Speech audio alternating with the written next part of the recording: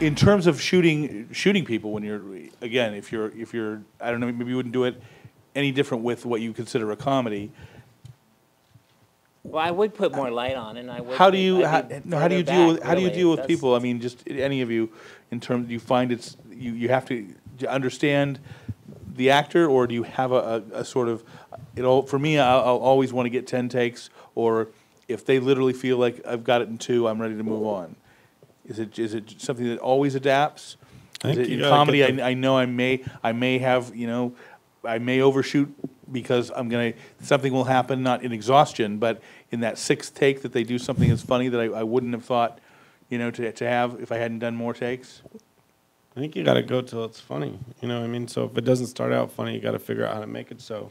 And I don't think there's a prescribed number. You know what I'm saying? It's right. Like, sure. So it's like sometimes it kills. But it's a personal thing for you. It's not because you got to trust the cameraman your gut. laughed, or because you went, no, that to me is funny. Yeah, you got to trust your gut. But I also totally agree with Don's strategy of keeping it wide. I mean, for me, when I approached the Zombieland, I definitely was watching like 80s like comedies, like John Landis's movies and Ivan Reitman and Harold Ramis and John Hughes, and like those guys just hold a master, hold a 2-shot, and just let it live in the space. And as reactions are really funny, seeing somebody with another person is seeing people you work can together, cut to reaction, but it's almost funnier just to see them both in the same frame, like reacting or whatever. And so I totally prescribe to that approach to filmmaking or comedy. Just is like let it play, don't cut, like just let it play. And it's almost funnier if you can let it play in a master without having to cultivate it through edits.